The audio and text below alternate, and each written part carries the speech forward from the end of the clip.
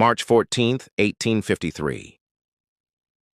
Inside a courthouse along the muddy banks of the Mississippi, men gathered under a roof that smelled of ink, tobacco, and judgment.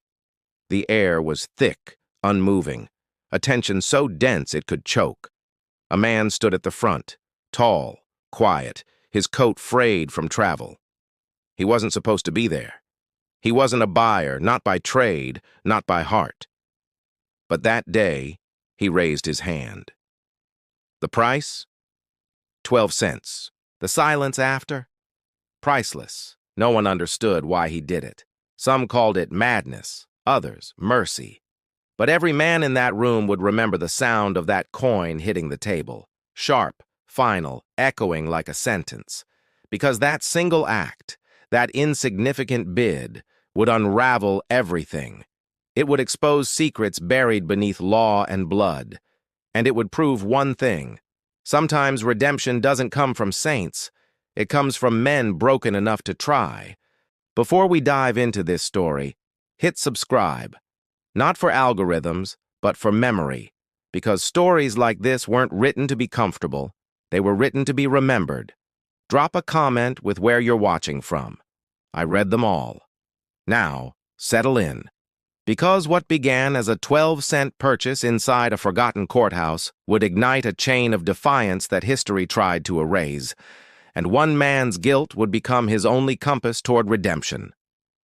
The courthouse clock struck noon, its chime swallowed by the heavy air.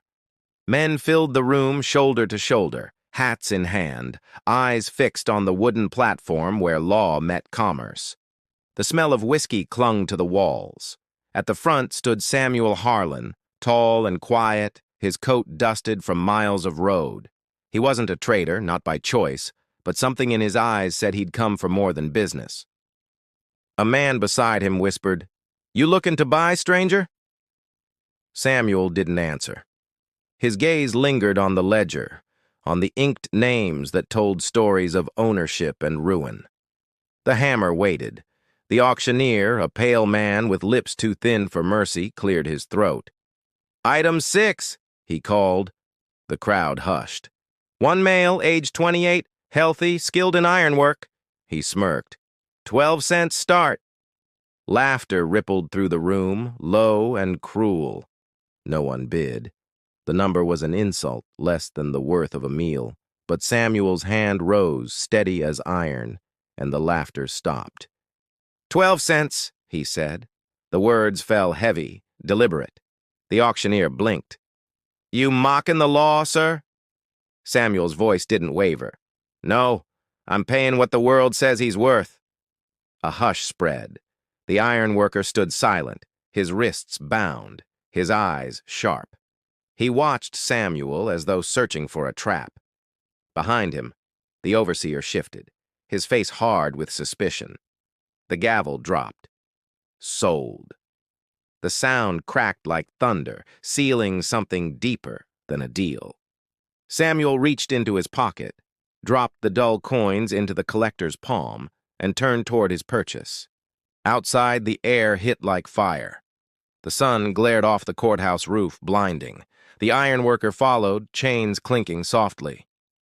"You got a name?" Samuel asked. The man hesitated. "Elias." "Elias what?" Samuel pressed. "Just Elias," came the answer. The tone carried pride, not shame. Samuel nodded, recognizing a strength that had nothing to do with muscle. "Then just Elias it is." They walked toward the wagon tethered near the riverbank. The Mississippi rolled slow beside them, brown and endless, whispering of distance and escape. "You from here?" Samuel asked. "Nowhere," Elias said. Samuel liked the answer. Nowhere meant possibility. Nowhere meant a man who had already burned his map and drawn his own. He loosened the manacles around Elias's wrists. "You're free as far as this road takes you." Elias rubbed his wrists, watching Samuel carefully. "No man buys another to set him free." His tone wasn't grateful, it was warning. Samuel smiled faintly. "Maybe I ain't most men." They climbed into the wagon. The road stretched ahead, cracked and pale beneath the sun. Samuel held the reins, but Elias watched him like a man measuring the distance between lies and truth. For miles, they said nothing.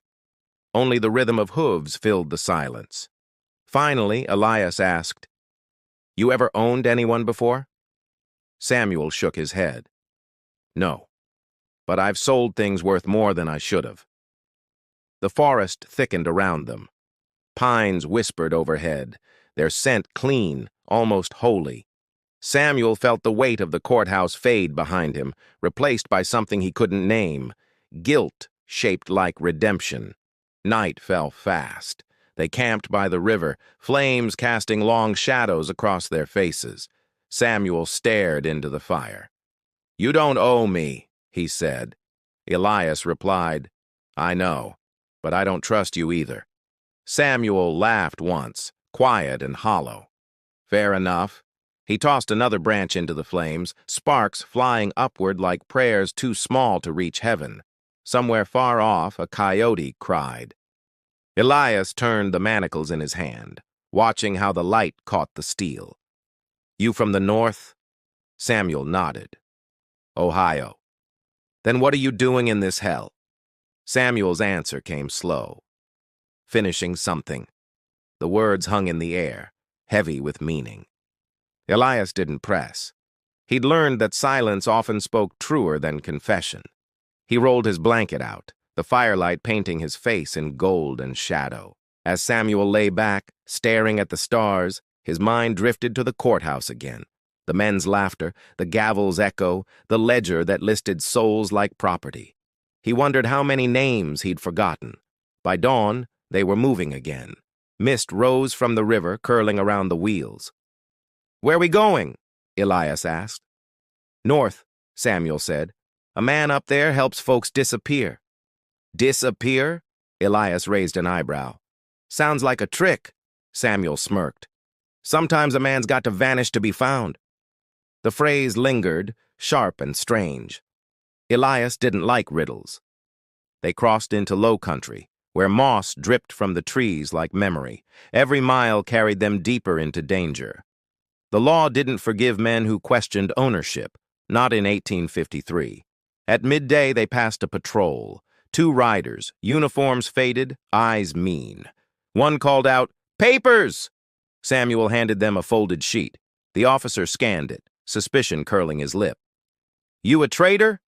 "Temporary," Samuel said. The man spat. "Don't see many traitors with conscience in their eyes." Samuel smiled thinly. "You're looking too close." The patrol moved on, leaving dust and silence in their wake. Elias exhaled slowly. "They'd hang us both if they knew." Samuel nodded. "Then let's not let them know." The road ahead shimmered under the heat, bending like a mirage of freedom. That night they stopped near an abandoned church, its steeple broken, its bell rusted still. Samuel lit a lantern inside. "You ever believe in God?" Elias asked. "Once," Samuel said. "Then I learned men wrote the rules." Elias chuckled softly. "Men break what they write." Samuel's eyes met his. "That's why I'm trying to write something different." The flame flickered between them, fragile but alive. A noise stirred outside, a branch snapping. Samuel froze. Elias reached for a stick from the fire. They listened. Footsteps. Measured. Heavy. Not animal. Not friend. "Stay low," Samuel whispered. Through the cracked doorway, they saw 2 silhouettes moving slow between the trees. Voices followed. Male, familiar, cold. One said, "He took him north." Elias's pulse quickened. Samuel's jaw tightened. He recognized the voice. Clayton Briggs, the overseer from the courthouse, Duncan Fairholme's man. The hunt had begun faster than he'd feared. They waited in silence until the voices faded. Samuel's breath was steady, but his eyes burned. "They won't stop," he said. Elias replied, "Then neither will we." Morning broke over the swamp, gold light spilling through trees. Samuel hitched the horse, eyes set on the horizon. "From here on," he said, Every mile we ride is borrowed time. Elias looked north. Then let's not waste it. The wagon rolled forward, wheels creaking over damp earth. Behind them, the church stood silent, its broken bell a witness to men who refused to kneel. By midday, they reached the crossing. The ferry was gone, burned. Ash floated on the river like black snow. Samuel's face hardened. They knew our route. Elias's hand found the rifle. Then we make another. Samuel looked upriver toward the unseen bend. There's a bridge 5 miles east, he said. Wooden, dangerous. Elias grinned. Sounds like everything else worth doing. The horse snorted, as if agreeing. They turned east, the sky darkening behind them. Thunder rolled distant, the promise of another storm. Samuel's thoughts drifted to what lay ahead. Not freedom, but reckoning. Every man carries a storm, he thought. Some run from it, others ride straight through. And as the first drops of rain hit the wagon roof, Samuel decided which kind of man he was. The road twisted into forest once more. The air smelled of wet pine and memory. Elias turned to him and said quietly, "You think freedom's real?" Samuel's voice came low. "Only if we make it so." They rode into the storm, 2 silhouettes swallowed by rain. Behind them, the world they knew drowned in thunder and mud. Ahead, the unknown waited. Silent, dangerous, alive. And somewhere beyond the lightning's edge, another man waited too. One who would turn their fragile alliance into a battle neither could escape. The rain hadn't stopped. It fell in long silver lines, turning the dirt road into rivers. Samuel held the reins tight, his jaw clenched, the horse fighting against the storm's weight. Elias sat beside him, soaked to the bone, his silence louder than thunder. "We should stop," he said finally. Samuel shook his head. "Can't. Roads like these grow eyes when night falls." They reached a ridge where the rain thinned, revealing a tavern's glow in the distance. Its windows pulsed faintly, golden against the black. "Shelter," Samuel murmured. Elias nodded. "Or trouble." Inside, men laughed too loud. The smell of tobacco and damp leather filled the room. Samuel and Elias entered, drawing glances from every corner. Conversations faltered, curiosity replacing drink. A bearded man behind the counter eyed them. "Ain't seen you two before." Samuel unbuttoned his coat. "Just passing north," the man grunted. "Ain't much north left worth passing to." They sat by the fire. Elias's eyes scanned the room. 3 men played cards in the corner, their pistols resting beside mugs. Another slept near the hearth, snoring through the storm. Then the door opened. A stranger stepped in, tall, clean-shaven, wearing a gray coat untouched by mud. The entire tavern seemed to straighten in his presence, as if gravity itself shifted.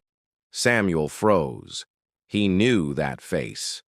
Matthew Cole, a trader once loyal to Duncan Fairholme, a man who sold freedom like whiskey, smooth and deadly. Cole smiled when he saw Samuel. "Well, if it isn't the man with the 12-cent conscience," Cole said. His voice carried across the tavern like a blade wrapped in silk. Elias tensed, eyes narrowing. Samuel kept still. "Didn't expect you this far north." Cole laughed. "Didn't expect you to be alive." He pulled up a chair, boots echoing on the wood. "Word travels fast, friend." The room's tension grew thick. Men turned to watch. Samuel said quietly, "You here for a drink or a ghost?" Cole's grin widened. "A bit of both, maybe." He leaned closer, lowering his voice. "You really think buying a man for 12 cents erases what you did for Fairholme?" The words hit like iron. Elias looked at Samuel, confused. "What's he talking about?" Elias asked. Samuel didn't answer. Cole did. "Oh, he didn't tell you? Used to be Duncan's favorite errand boy. Knew every route, every sale. Loyal as a hound." Elias stood. "That true?" Samuel's silence answered before he could. The fire popped, scattering sparks across the floor. "Sit down," Samuel said, voice tight. "Not here." Cole laughed again, but there was no joy in it. "You can run north, Samuel, but you can't outrun yourself. Men like you always circle back to the chains they broke." Elias turned away, jaw set. The storm outside howled like something alive. Samuel rose slowly. "You still working for him?" Cole smirked. "No, I work for whoever pays better." "Then who's paying now?" Samuel asked. Cole's eyes gleamed. "Fairholme's dead." The words stopped everything. Even the storm seemed to pause. Samuel blinked. "Dead?" "Shot," Cole said. 2 weeks ago." Elias frowned. "By who?" Cole leaned back, savoring the moment. "His own brother, William Fairholme, the one who wanted to end the trade. Guess blood's thicker than conscience." Samuel's breath came slow. "William's alive?" Cole nodded. "Alive, hiding, hunted. He sent me to find you." Elias stiffened. "You expect us to believe that?" Cole shrugged. "Don't care if you do." He reached into his coat, pulling out a folded letter sealed with wax. "He said you'd know the mark." Samuel took it, hands trembling. The seal bore a faint cross etched in ash. He remembered that mark, burned onto crates they smuggled north years ago, freedom hidden inside wood and lies. Samuel's throat tightened. "Where'd he send it from?" Cole's voice dropped. "Cincinnati. He's building something, a chain of his own. Not of steel, but of escape." Elias looked at Samuel. "He's helping runaways?" Cole nodded. "And he needs you." The letter trembled in Samuel's grip. "What's the catch?" Cole smiled faintly. "Always the same, old friend. Risk your life, lose your soul, and hope the math breaks even." He stood, tossing a coin onto the table. "He'll meet you by the Red River Bridge, 3 days' ride. Don't be late. The patrols won't be." Cole walked out, the door slamming behind him. The tavern's noise returned slowly, like a wound sealing over. Elias sat down, voice low. "You gonna open it?" Samuel stared at the letter, then slipped it into his coat. "Not yet." "Why?" "Because sometimes truth kills faster than bullets." The fire crackled between them, throwing long shadows across the walls. Later, when the tavern had emptied, Samuel lay awake on the floorboards. The letter burned against his chest like a second heartbeat. Outside, thunder rolled over the horizon, echoing through his ribs. At dawn, they left. The world was washed clean, the air sharp with aftermath. Elias walked beside the wagon, his voice steady but distant. "You trust him?" Samuel said. "I trust the storm more." They followed the river north, trees bending under wind. The road was slick, the horses' hooves sinking deep. Each mile carried them closer to something neither understood, a promise or a trap. By noon, they reached a crossroads. A signpost leaned crookedly. Red River Bridge, 32 miles. Elias spat. "Sounds like a place where men disappear." Samuel's answer was quiet. "That's what makes it perfect." They camped that night in a hollow near the road. The fire's glow was weak, barely pushing back the dark. Elias finally spoke. He said Fairholme's dead. "So he did," Samuel replied. Elias stared into the flames. "You believe him?" "Doesn't matter." "It matters to me," Samuel sighed. "Men like Fairholme don't die clean. If he's gone, something worse took his place." The wind picked up, whistling through the trees.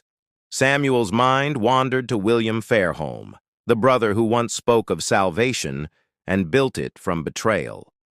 The letter felt heavier now. When dawn came, they crossed into lowland. Mist clung to the water, hiding the bridge ahead. A figure waited at the far end, coat whipping in the wind. Samuel slowed the horse. Elias's hand went to his rifle. "You think it's him?" "Only one way to find out," Samuel said. They approached slowly, the wagon creaking. The figure raised a hand in greeting. As they neared, Samuel saw the man's face, younger, but worn by years of guilt. William Fairholme, alive, breathing, carrying the weight of ghosts in his eyes. William smiled faintly. "You came." Samuel dismounted. "You didn't give me much choice." William's expression softened. "No, but maybe I'm giving you a way out." The air between them hummed with old loyalty and newer regret. Elias watched from the wagon, hand still near his gun. William looked at him. "You trust him?" Samuel's answer was simple. "Enough to die beside him." William nodded. "Then let's talk." He glanced at the river below, the current blackened fast. "Fairholme's death isn't the end.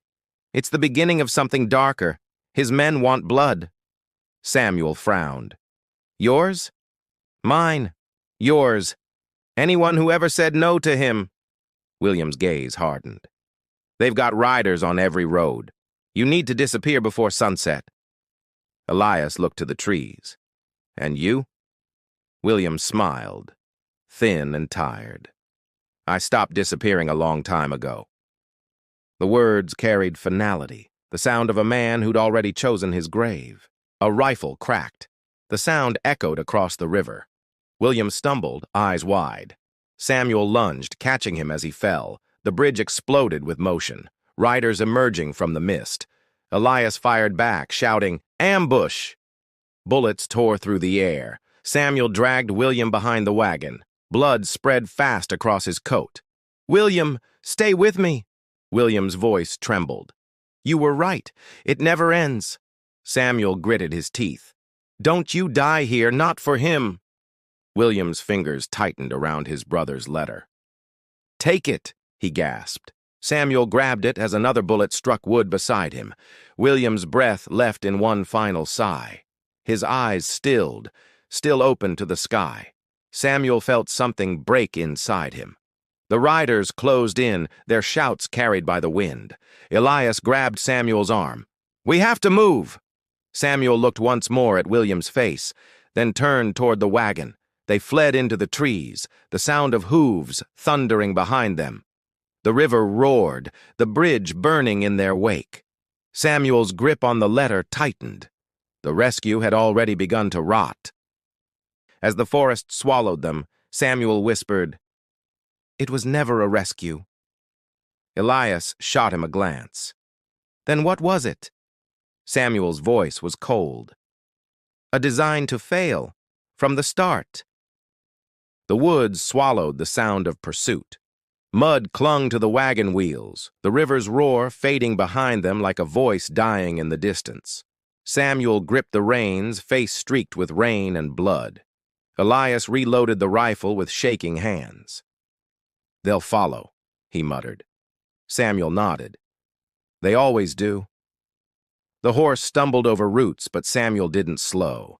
The storm had cleared, but the hunt hadn't. They rode for hours through marsh and silence.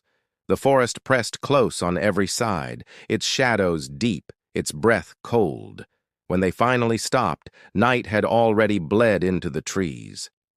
Elias climbed down, checking the tracks. "They'll find us by dawn." Samuel tied the horse and wiped mud from his sleeve. "Then we'll be gone before it comes." His tone was flat, resolved. He opened the letter William had died to deliver. The ink had bled, but the words were clear enough. Coordinates, a date, and a phrase that made Samuel's chest tighten. Bridge 2 was never meant to stand. Elias leaned close. "What does it mean?" Samuel stared at the page. "It means we were never supposed to make it this far." His voice trembled, part rage, part understanding. He tossed the paper into the fire. William knew. Elias frowned. "Knew what?" "That the plan was built to collapse. We were meant to die carrying it." The flames ate the letter whole. For a long moment, neither spoke. Only the crackle of burning ink filled the air. Then Elias said softly, "Maybe dying was the point." Samuel's eyes met his. "Maybe living is the rebellion." At dawn, they broke camp. The air smelled of ash and pine, sharp as memory. Samuel's shoulders ached, but he didn't stop. "We reach the ridge before noon," he said. "Then we disappear." The path grew steeper. The horse wheezed, its breath white against the cold. Elias walked beside it, rifle slung over his shoulder. "You think William meant to save us?" "He meant to warn me." Samuel's voice held no anger, only fatigue. "Every rescue starts with good intent. Then men add their fingerprints and ruin it." He kicked at the dirt. "Redemption never comes clean." They reached the ridge by midday. Below, the valley stretched wide, dotted with cabins and smoke. Men moved among them, soldiers armed and waiting. Elias cursed. "We're boxed in." Samuel studied the pattern, noting the banners. "Fairholme's men," he muttered. "They're scouring the north routes." Elias frowned. "But he's dead. Men like him don't need to live to be obeyed." They retreated into the trees, moving north by instinct. Samuel's mind replayed William's words. "If you reach the mountains, trust no one wearing God's cross." He glanced at Elias. "There's a monastery ahead." "Shelter?" Elias asked. Samuel nodded. "And danger." The monastery appeared at dusk. Stone walls, iron gates, bells silent as tombs. A single lantern burned near the entrance. Samuel knocked twice. The door opened slowly. A man in a black robe stared out, gaunt, gray-bearded, eyes too clear for comfort. "You're late," he said. Samuel froze. "You know me?" "William sent word." The man stepped aside. "Come in before the cold kills you." Inside, the air smelled of smoke and candle wax. Icons lined the walls, not saints, but faces of ordinary men, carved rough, unfinished. Elias whispered, "What is this place?" The monk replied, "A sanctuary for the condemned." His tone was calm, almost kind. Samuel followed him down a corridor lit by flickering oil lamps. "You carried his message," the monk said, "and you survived." "Barely," Samuel replied. The monk stopped before a heavy door. "Then you should know. The message was never meant for you." Samuel frowned. "Then who?" The monk looked back. "The man you're protecting." Elias stiffened. "Me?" "Yes," the monk said. "You're the reason William built this chain, the last link, the proof he wasn't mad." Elias's voice cracked. "Proof of what?" "That a man-born property could live free, not in secret, but in defiance." The monk's eyes glimmered. "You're not a passenger, Elias. You're the purpose." Samuel's chest tightened. "Then why send us into a death trap?" The monk sighed. "Because the rescue wasn't meant to succeed. It was meant to expose the rot." He gestured toward a map on the wall. "Every road you traveled was watched. Every hand you shook recorded. William wanted the world to see who profited from blood." Samuel stepped closer. "And now he's dead." "So the story lives longer," the monk said. The air grew heavy with revelation. Elias leaned on the table, his voice low. "So we're ghosts in someone else's lesson?" Samuel nodded. "Then let's make it a story worth dying for." The monk handed Samuel a small tin box. "Then you'll need this." Inside lay a single ledger page, names, dates, locations, the kind of truth men kill to bury. William called it the Reckoning. Samuel studied the names. Every trader, overseer, and official who profited from the trade.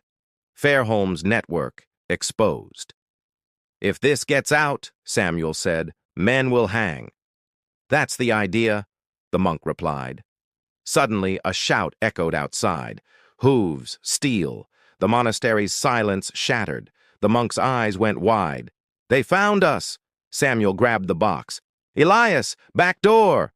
The bells began to ring, slow and terrible.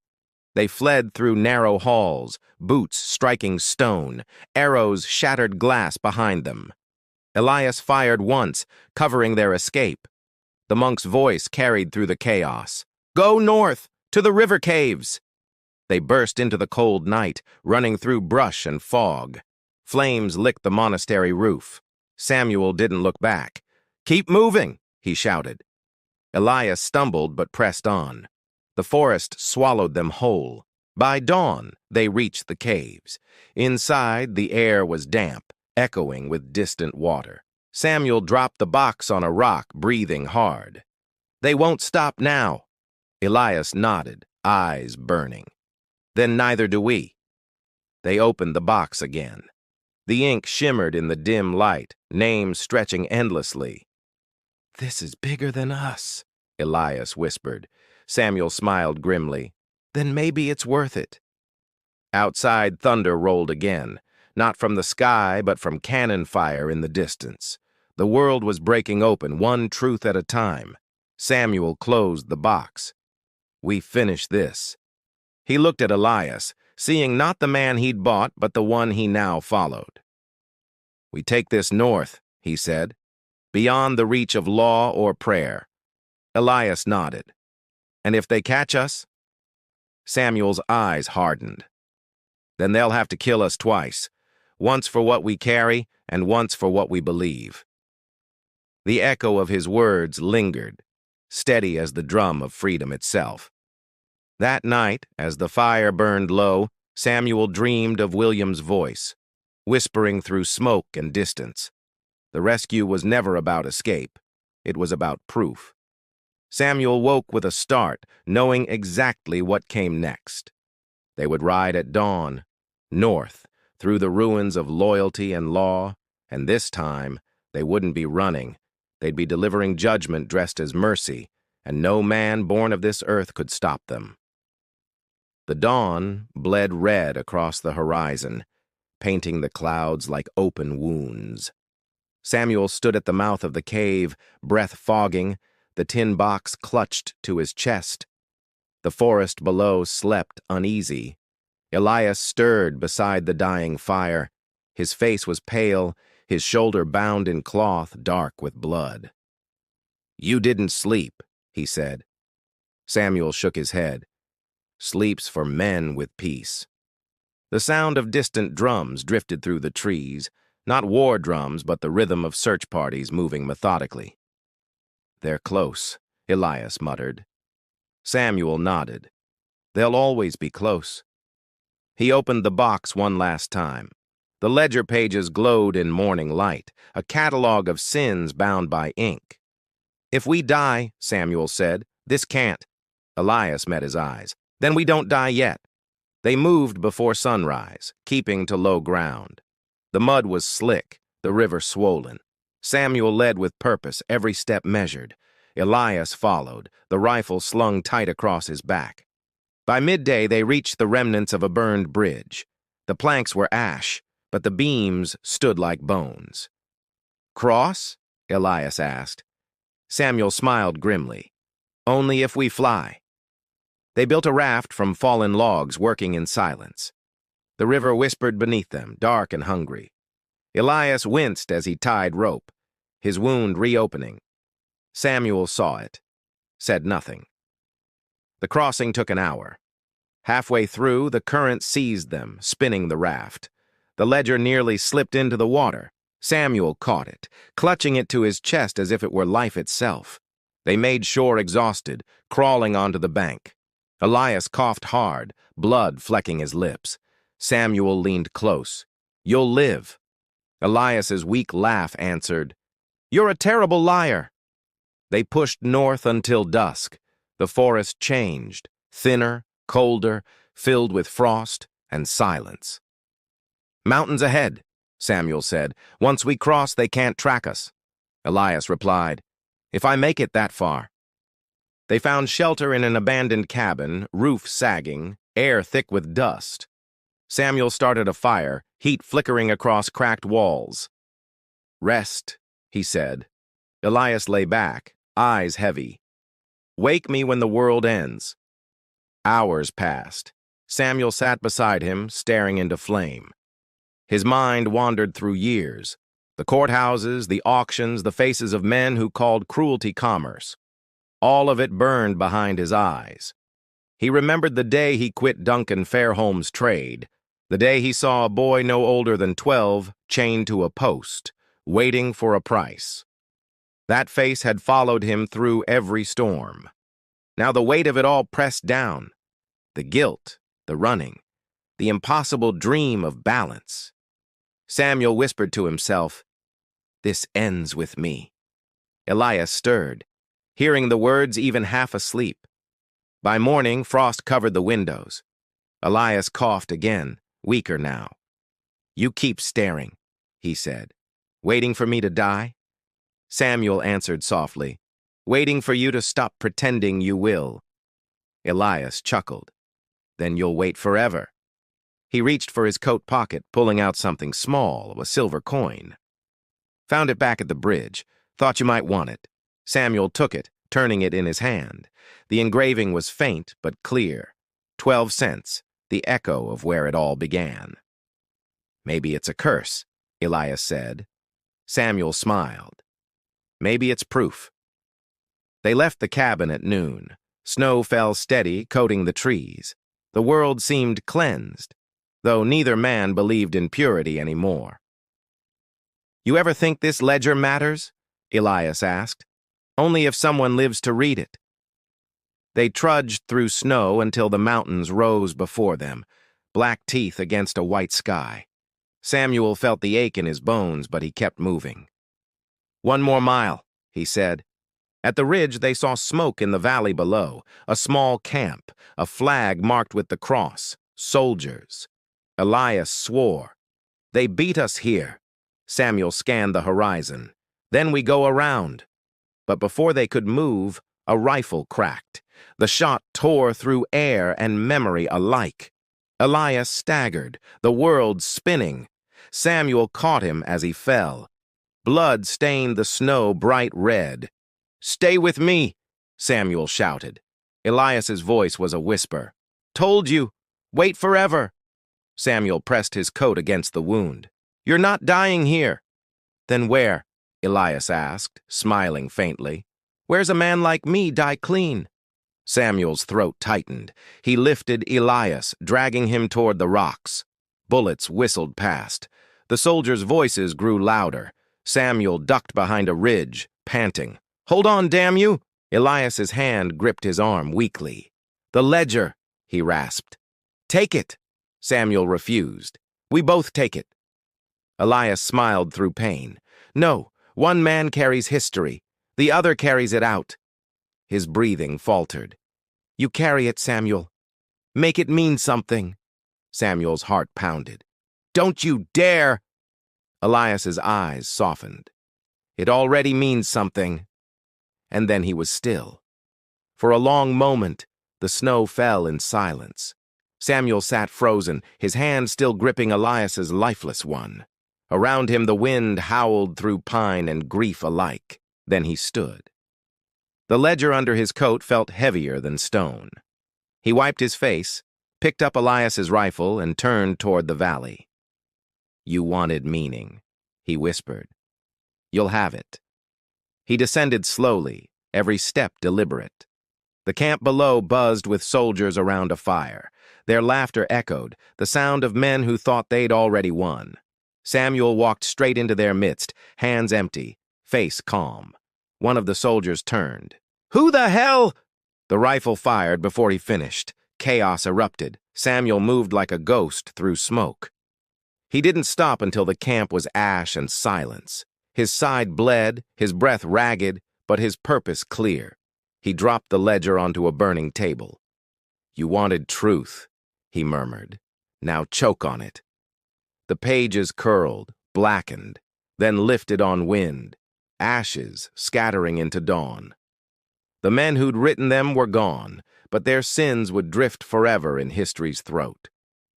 Samuel staggered from the flames, collapsing near the river's edge.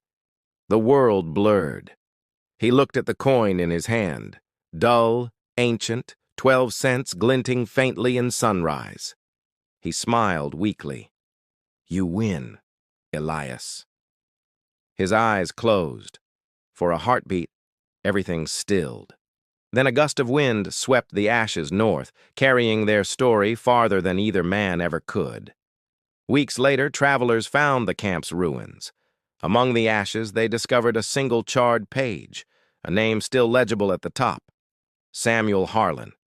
They never found his body, only footprints leading into the river and vanishing there. Some said he drowned. Others said he crossed. But everyone agreed the past drowned with him. Years passed. The story spread in whispers. The man who bought another for 12 cents and spent his life trying to pay it back. Some called him criminal. Others called him saint. And in every version, one truth remained. The law had tried to break men like them, but their defiance outlived every decree. Because in the end, the price of freedom wasn't 12 cents. It was everything.